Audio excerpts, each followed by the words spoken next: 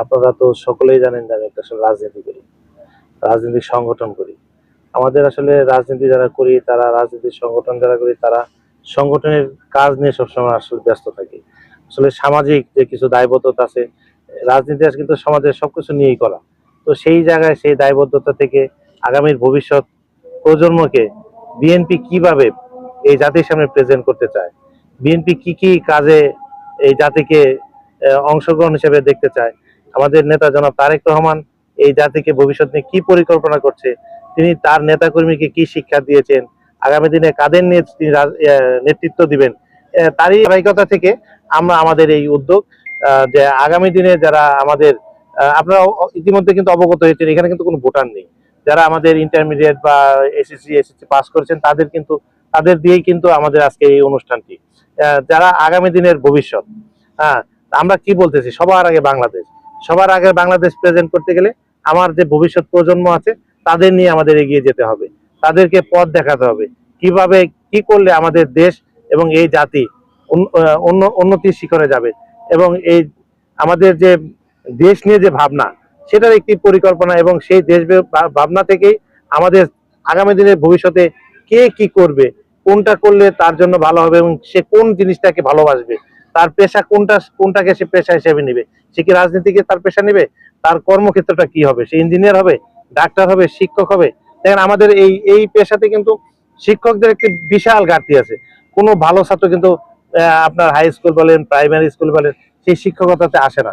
সেটাকেও কিভাবে আরো আমরা ডেভেলপ করতে পারি, আমাদের ভবিষ্যৎ প্রজন্মকে এখানে ইনক্লুড করতে পারি, এটা নিয়ে আমাদের এই পরিকল্পনা, আগামী দিনের ভবিষ্যৎ মানে পথের দিশা। এবং এই পথের দিশাটা পথ যদি আমরা না দেখাই আমাদের ভবিষ্যৎ প্রজন্মকে, তাহলে আমাদের ভবিষ্যৎ প্রজন্ম পথ থেকে হয়তো বা বিচ্যুত হতে পারে। হ্যাঁ, ঠিক তারই আলোকে আমাদের এই আজকের এই প্রোগ্রাম। এবং আমি, এটা কিন্তু একটি অরাজনৈতিক প্রোগ্রাম, এটা কিন্তু রাজনীতির কোনো প্রোগ্রাম না। আপনারা হয়তো মনে করবেন সবার আগে বাংলাদেশ, এটা হয়তো একটা দলের স্লোগান, কিন্তু না, এটাকে আমাদের ধারণ করতে হবে। এটা একটা জাতির এবং এই বাংলাদেশের একটি স্লোগান, সবার আগে বাংলাদেশ। সকলকে আমার পক্ষ থেকে ধন্যবাদ জানাচ্ছি। এবং সর্বোপরি আপনারা যারা মিডিয়া ভাইয়েরা আছেন, সবচাইতে বড় ভূমিকা কিন্তু আপনাদের। আপনারা একটা জিনিসকে পজিটিভলি দেখাতে পারেন, নেগেটিভলি দেখাতে পারেন।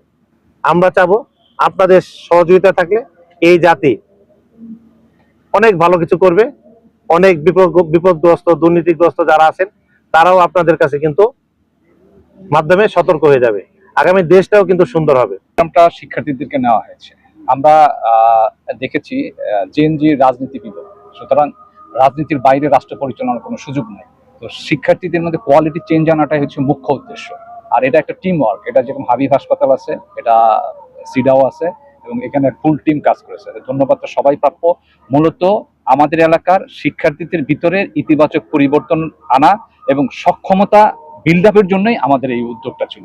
এবং এখানে আমাদের টিমের তরফ থেকে আমি জনাব আইয়ুব খান, ওনাকে বিশেষ ধন্যবাদ দিব যে উনি আমাদের সাথে আমাদের কাঁধে কাঁধ মিলে আমাদেরকে সহযোগিতা করেছেন। এবং আমরা ইতিমধ্যে আপনারা শুনেছেন, উনি আশ্বস্ত করেছেন সামাজিক সমস্ত প্রোগ্রামে উনি আমাদের পাশে থাকবেন। এই জন্য আমরা আমাদের এলাকা জনতার পক্ষ থেকে, জনগণের পক্ষ থেকে ওনার প্রতি ধন্যবাদ এবং কৃতজ্ঞতা জ্ঞাপন করছি।